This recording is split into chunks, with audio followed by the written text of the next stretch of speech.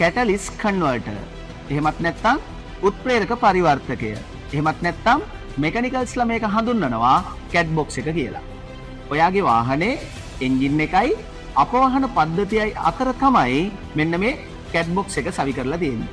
කැට් box එක මගින් කරන ප්‍රධානම කාර්යය තමයි අහිතකර වායුන් වර්ග පරිසරයට නිදහස් වන එක වැළැක්වීම.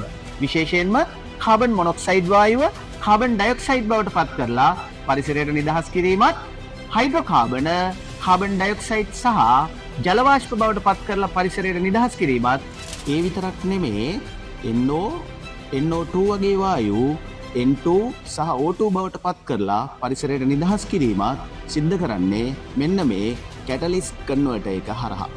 මෙන්න මේ කැට් බොක්ස් එක තරමක් මිලාදික උපකරණයක්. මේකට හේතුව තමයි ප්ලැටිනම්, පැලේඩියම්, රෝඩියම් වගේ උත්ප්‍රේරක ගුණ සහිත තරමක් මිලාදික මූලද්‍රව්‍ය ආලේප කර තිබීම.